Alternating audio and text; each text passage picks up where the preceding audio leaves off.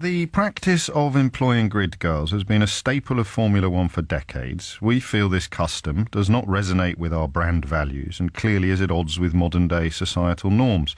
We don't believe the practice is appropriate or relevant to Formula One and its fans, old and new, across the world.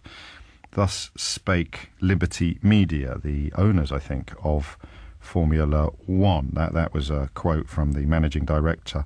Hey up lads, hey up loves, it's the Yorkshireman here, and this is a little follow-up video to the previous one that I did, which was about the walk-on girls in darts, and now I'm going to be covering the F1 grid girls, or primarily when it was discussed by my favourite person in the world, James O'Brien. Now, for those of you who don't know James O'Brien, he is a radio presenter on LBC, and for some reason people seem to think that the sun shines out this guy's arse. Well, if you were to ask me, the only thing that comes out of his arse is his opinions. But with regards to the Formula One grid girls, we saw the loss of the walk-on girls in darts, and literally a day later, Formula One decided that they were going to get rid of the grid girls. So there were more women being put out of work for the quote-unquote greater good. And of course, James O'Brien covered it. Formula One grid girls, as you can't do quote marks on the radio, but that is the term used to describe the women, often quite scantily clad, who just sort of drape themselves around Formula One, often get showered in champagne by the victorious drivers. And the company that owns Formula One, the company that runs Formula One, has decided that they don't want to do this anymore. Sorry to interrupt your brilliant flow there, James, but if I could just point out one thing.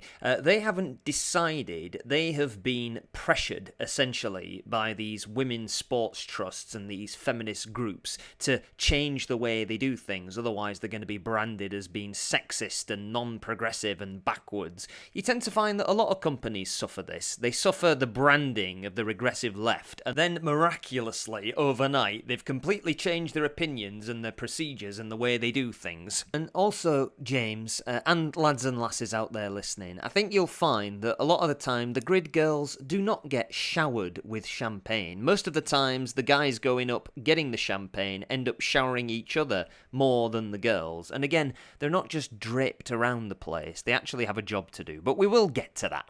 And I don't know whether you're going to laugh at me now, but why is this such a big deal? Why is it such a big deal, James? Well, it's a pretty big deal when people have their jobs taken away without even any kind of consultation or notice. It's just taken from them. In the same way that I think you might think it was a big deal if suddenly LBC turned round and said that your services were no longer required because a group of people outside of the radio studio have decided that it's within the best interest of the studio itself that you shouldn't have a job there anymore. And whilst I would be absolutely over the moon if you didn't have to spout your shite on our airwaves anymore, I would still think it was a big deal that a private group from outside of your company was making decisions and pushing agendas that would affect your work based on nothing other than their politics, James. Whether or not you're raging on one side or the other, and I've kind of had a mini rage. Actually, I haven't had a rage at all today. Social media's full of it, as I'm sure most of you will know. But why is this such a big deal? A company has made a decision about how it wants to present itself to the world. Now, it can, of course it can, and you don't even have to check the Daily Mail to know that one of their very highly paid female columnists will be, in her own mind, defending the right of women to get sprayed in the face with champagne while wearing bikinis in return for money.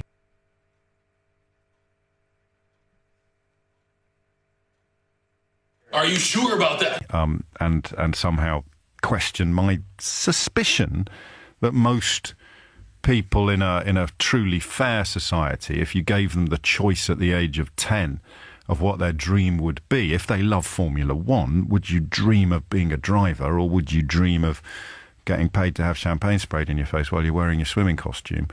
They'd probably go for being a driver. If you were a fan, I don't think that's do you see what I mean? I don't think that's controversial. No, what's controversial, James, is the fact that that choice no longer exists. And the other thing is that a lot of the kids that I went to school with when I was 10 and when they were 10, there were all sorts of things that we would have wanted to be when we grew up. There's all sorts of things that we would have chosen that we wanted to do when we got older. But as you should know, and as most of the lads and lasses out there will know, is that as life goes on and as you get older and as you mature, things change, priorities change. You don't always go the way that you think you're going to go. You can end up in other walks of life doing other things that you never would have even dreamt of. If women have the choice and you are very much pro-choice, then surely you should be arguing for the jobs to remain so that women can make that choice. But unfortunately, with the agenda that's been pushed very much within our society nowadays, it's very much the case that you will choose the way that we want you to choose. And if you don't choose the way that we want you to choose, then you've got self-loathing. There shouldn't be anybody dictating the choices to anybody. The choices should be there and people should be able to choose them. And this isn't me being militant or opening up my Jermaine Greer fan club or whatever it may be. It's the viciousness, isn't it? And the verbal violence that accompanies almost every story that involves any form of change.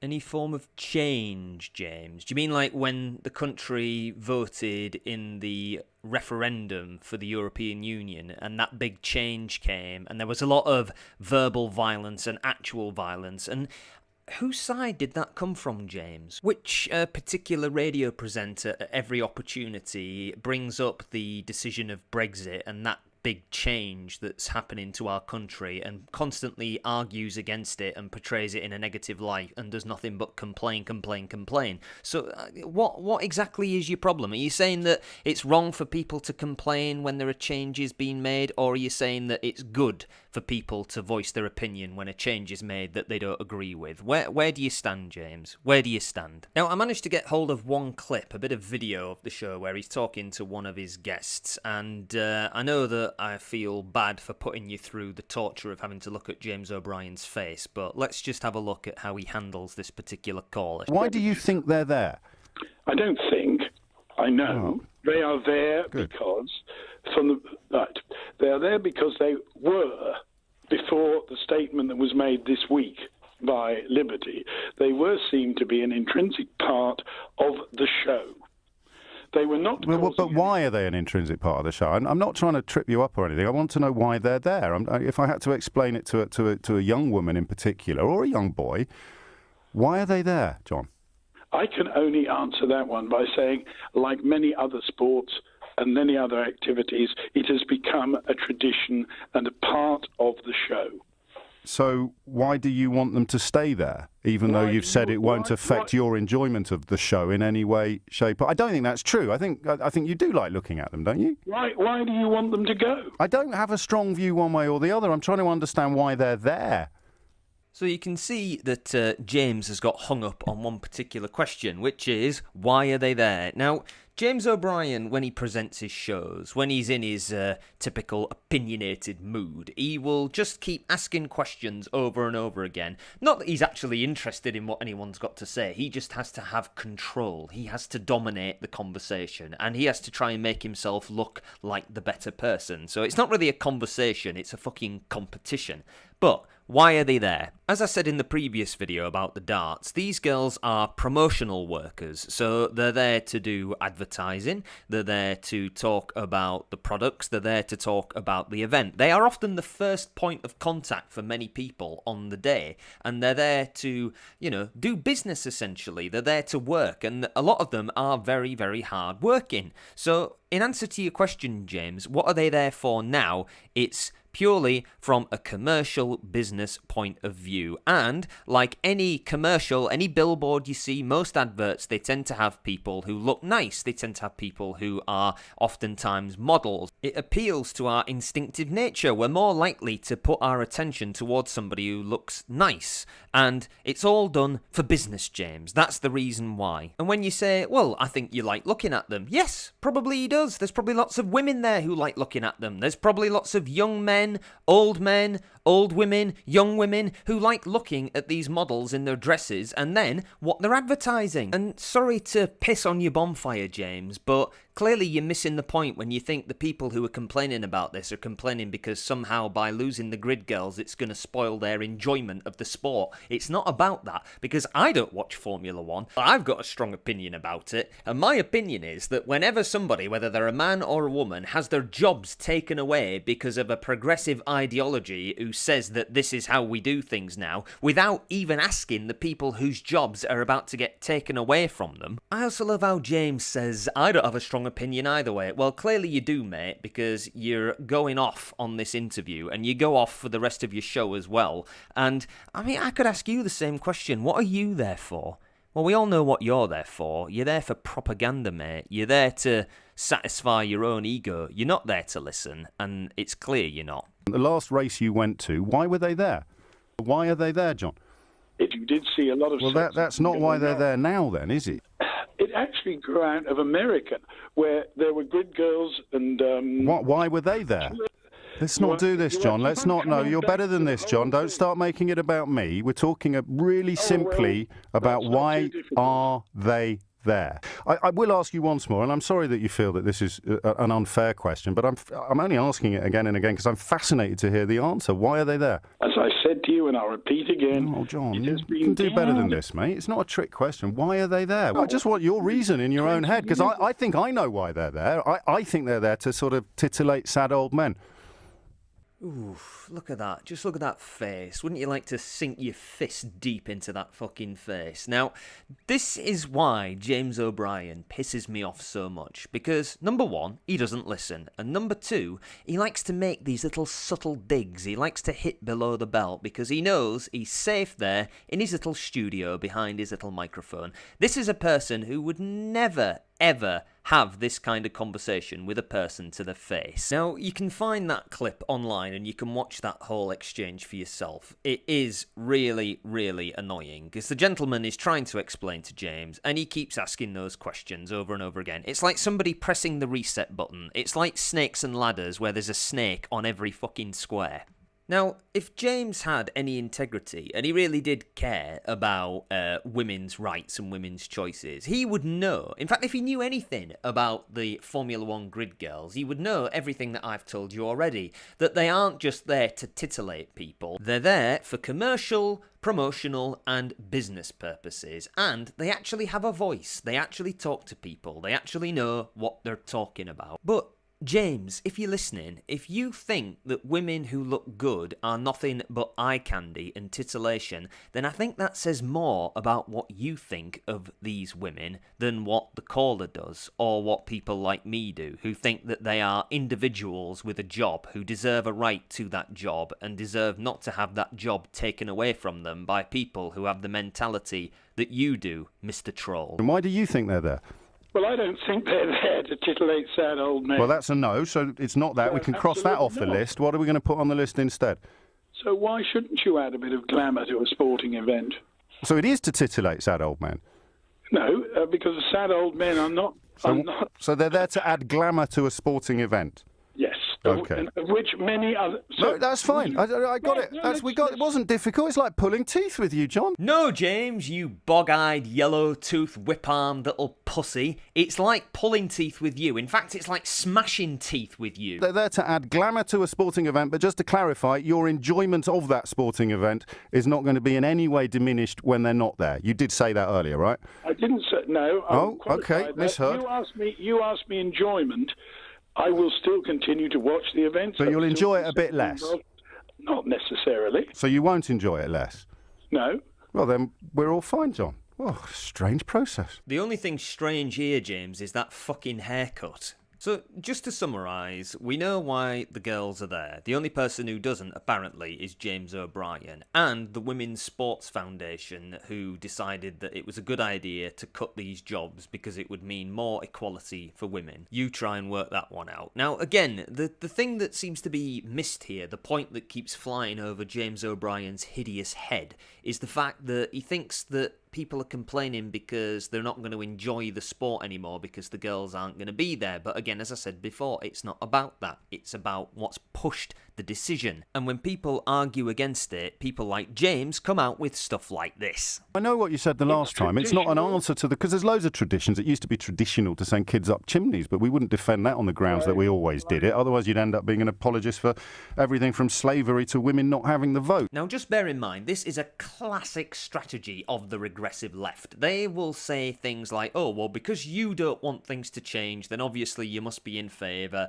of children sweeping chimneys, of slavery, and the fact that women shouldn't be allowed to vote. It's absolute bollocks. People don't like changes when they're not needed, and also when they're forced upon us. As I said before, change in society is something that should happen organically. It's something that shouldn't even need to be thought about. It just happens. But when you have an organisation who do not speak for the many, but just for the few, and they decide that they're going to push their agenda, political or otherwise, on either a private business or on society itself, then that's not an organic change, is it, James? That's being enforced on people, whether they want it or not. That is not progress. I think, and I'm trying to get inside the head of angry people, which is always fun.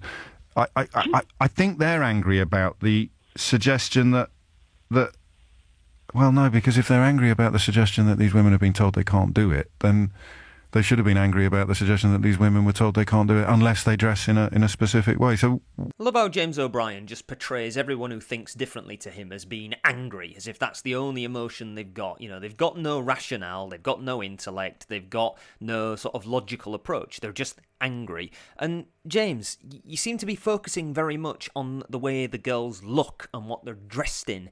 It doesn't matter. It wouldn't matter to people if they were wearing suits like an air hostess. It wouldn't bother them if they were wearing onesies like a big baby. It's not the point. The point is the ideology that has made this decision get pushed through and pushed upon the company, which has caused women to lose their jobs. And you're just not seeing that, are you, Jobby? where are we going? What exactly is achieved by telling these women that they're going to have fewer choices in future? I don't think they're going to have fewer choices. Well, they are, because this choice is gone. No, because then you actually have to start addressing why women can't be involved in any other way. Yes? No, James, and the woman who's called you in there. No, that is not the case. Women can be involved in Formula One in any way that they want. Are you seriously suggesting that the only women involved in Formula One and these sports are the women who just walk on and look good? You don't think that there are any female drivers? You don't think that there are any female engineers? You don't think that there are any females high up in the company, in the advertising, in the promotion, anything like that? Are you serious? I mean, this woman on the phone clearly has nothing to do with this industry, so this decision doesn't affect her, so that's why she's been so blasé about it. Same as Jobby the Troll. When these things don't affect these people, they're not that bothered about it. And that is, so there's a price you pay. I'm going to use a really spurious analogy simply because I'm just feeling a bit mischievous. So when we stopped sending children up chimneys, there were strong arguments saying this is awful, they'll starve, that, you know, these children they're going up chimneys. But the children had to suffer, if you like, the impecunity of no longer being paid to go up chimneys. There's always going to be victims at the vanguard who, if you're changing the status quo, the people who were currently comfortable with the status quo are always going to get hurt. What, you mean people like you, James, who were when we voted to leave the European Union and we did Brexit, and you're clearly hurt by it because that's all you ever seem to talk about. You just don't ever stop talking about it. But in this case, are you seriously comparing the Formula One grid girls to children being sent up the chimneys as chimney sweeps? So a woman who is old enough to make her own life decisions, who's old enough to consent, who's old enough to know what's going on, who chooses to be a grid girl as a job prospect, as a way of making money, as her choice, you think that's the same as children who were made to go up chimneys to sweep the soot out, who often ended up getting life-threatening, deadly lung conditions and dying? You think that these two things are the same. See, again, this is a classic leftist tactic. They will take something very small like this and compare it to the most extreme thing that they can think of. They just take it to the absolute max and blow it out of all proportion. And when I say small things, I don't mean the situation, I mean the job. There is obviously a massive difference between being a grid girl and being a chimney sweep. And it's not the job that's the problem, it's the ideology and the politics that have caused this decision to happen. I find it almost impossible to explain to a young modern woman why the chubby fellas coming in to lob arrows at a corkboard are accompanied by women in gold lame bikinis. It's just hard to explain. And the reason why it's hard to explain is because you clearly don't understand anything about it, James. And if anybody can find me a clip of a darts player walking out to the stage with a darts girl who is wearing a gold lame bikini, then please send me the picture or send me the footage, because something tells me, James, you're talking out your arse, mate. The weirdest thing, and this I think is really dangerous, the weirdest thing is this notion that, it's political correctness gone mad, everyone's getting offended about everything. From where I sit, which is often on the fence on a lot of these issues, but often not, often on the side that would be described as liberal or open-minded or progressive. From where I sit, there seems to be a hell of a lot more complaining and offending and outrage being done by the people who are complaining about other people complaining and being offended and being outraged. Ha! Bollocks, James. Absolute, great, big, airy, swinging, sweaty bollocks. Those are 3 words that I would never, ever describe you as. Liberal, open-minded, fucking having a laugh, mate. Progressive, alright, I'll give you that one, because progressive no longer means progressive in the positive way, it means it in the ideological way, which you are the perfect example of. And you never sit on the fucking fence, James. You always take sides, and it's always the same side, and it's always the most extreme of the 2 sides, and always it's the side that isn't interested in the other, and won't even have discussion, conversation, or even give them the courtesy of listening. And lads and lasses, here is another classic regressive tactic, which is almost kind of Freudian in a way, because what they do is they accuse the other side of doing the thing that they themselves are the most guilty of. Are you seriously telling me that the people on the other side of the fence to you are the ones who spend the most time complaining about people? That is the very core value. It's the core mechanism of how the leftists work. They just constantly complain about everything. Nothing will ever be good enough. It's almost like a parasitic infestation, because the more ground you give, the more it will take, and it will just keep eating and eating and eating away. So, James, I'm calling bullshit on your little analogy there. It is not the side of the true liberal that is doing the most complaining. It's your side, the camp of the far left, that are constantly complaining. That's why the grid girls have been gotten rid of, because a group of feminists decided that they were just going to complain about these women and their jobs until, lo and behold, their jobs were taken away. It's just hard to explain. And if you can't explain it, I don't understand how you can defend it, until we acknowledge that nobody likes to be told that they're a sad old man. Nobody likes to be told that they're complicit in sexual discrimination or oppression or the patriarchy. Nobody likes to get told any of those things. And when you get rid of something that you never had a problem with, you feel judged. I think I would. But you don't have to. You could just see it as change, as movement. Can you imagine James O'Brien talking to somebody like that over a pint in the pub? They would slap the shit out of his face, and that's what I often feel like when I listen to his condescending, mocking, patronising tone. People wouldn't like to be told that they were sad old men or complicit in sexual oppression and discrimination or part of the patriarchy, because all of those things in this case are bollocks, James. And also because they are personal insults, James. Nobody likes to be personally insulted for having a different opinion to you. The only reason I personally insult you in my videos is because, well, let's just call it karma, shall we? Because you never get personally insulted by anybody. You spend most of your time insulting people and insulting your callers, and, as I said before, never having the balls to do it to their face. So I just like to add the balance there for you, matey. If you'd like to talk about sexual oppression and discrimination, then maybe you should look to some of our religious communities within our own country and then come back and talk to me about it. But I know you won't, because I know that that's not part of the leftist agenda. Again, you'll just whip out some labels to stick on people. And no, James, I won't see it as change, as movement, because it's not. It's forced change, and it's not movement, it's been pushed in a direction that a lot of people don't agree with. So on this conversation about so-called grid girls, you're either 100% in favour of them or you're 100% convinced that it's absolutely ridiculous. I completely understand how it's grown up. It's grown up from an era when, you know, you'd sell everything from peanuts to Castrol GTX with a picture of a woman in a bikini. And we don't live in that era anymore. And Formula One has arrived at the conclusion that probably we should move away from this, just as we've moved away from other modes of employing women, not dressed in bikinis anymore, as the first caller John explained. I think they are at the darts, but it's just a question of moving on. Where's the? I guess I'm wondering where all the fury comes from. It does feel to me to be a bit post-Brexit.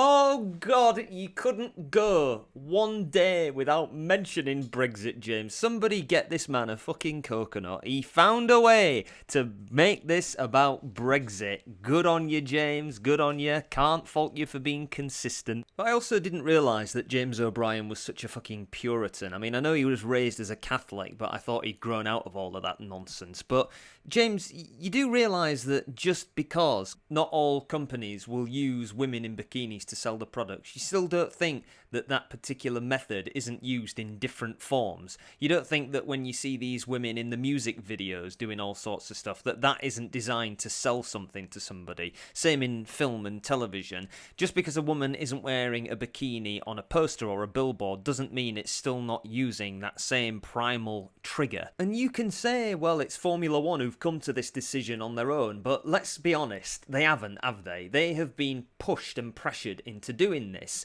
And if the political climate wasn't the way it was, particularly with feminism the way it is now, then I'm pretty sure that people wouldn't have picked up on this story. But unfortunately, things are the way they are, and people have reacted the way they have, and you just can't get your big, fat, ugly, smoke-filled head around it, can you? I'd care about the aspirations that society teaches young people to have. I care about women essentially being taught for the last few decades that they can't aim as high as men. Well, James, if you could essentially provide a citation for that particular factoid, and if you could please provide us essentially with the names of the universities or colleges or schools that have been teaching that, then we can do something about it. But I get the feeling that that's you projecting. For someone who claims to think that gender equality is the way forward and that women should have a choice, you seem to have a very, very low opinion of them, don't you? But what does society teach young people to aspire to be? Well, it doesn't really teach you to aspire to be anything in particular. It just teaches you to aspire to be the best that you can be and do what you want to do, which is exactly what these Formula One grid girls were doing until people like you with your ideology took that away from them. And I'm not saying that you personally, James O'Brien, was responsible for this, because it wasn't. You're just talking about it, so I can't put all of my ire on you, matey.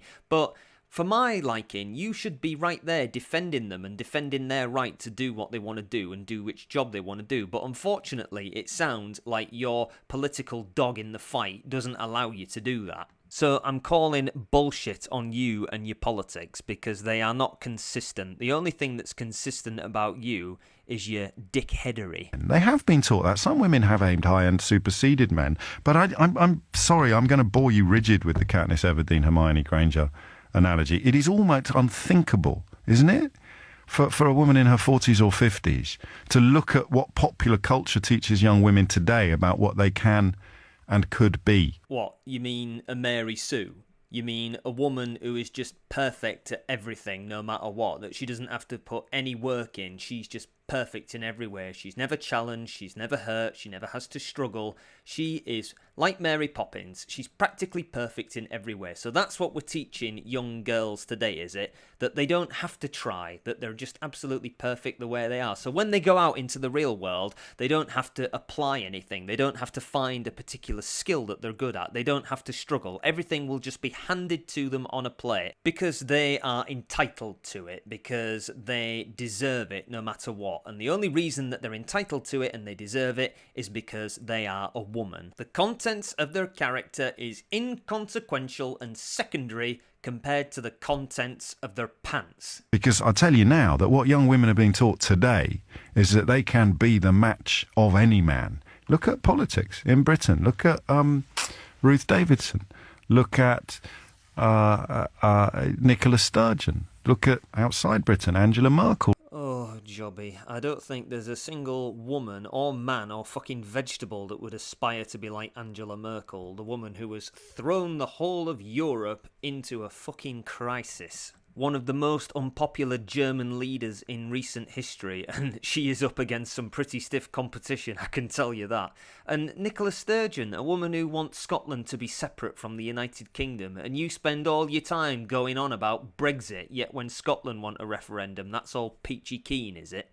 And I'm surprised you give any kind of kudos to Ruth Davidson, considering that she's a Conservative. Funny how you left out Theresa May as well, isn't it? Again, it's all politics with you, innit, James? And I'm not saying that I'm Theresa May's #1 fan at all, but surely you would think that would be one name that you might mention there. And what do you mean that a woman can be taught that she's a match for a man? Yeah, everybody has the equality of opportunity. But again, is it equality of opportunity that you want, or is it equality of outcome?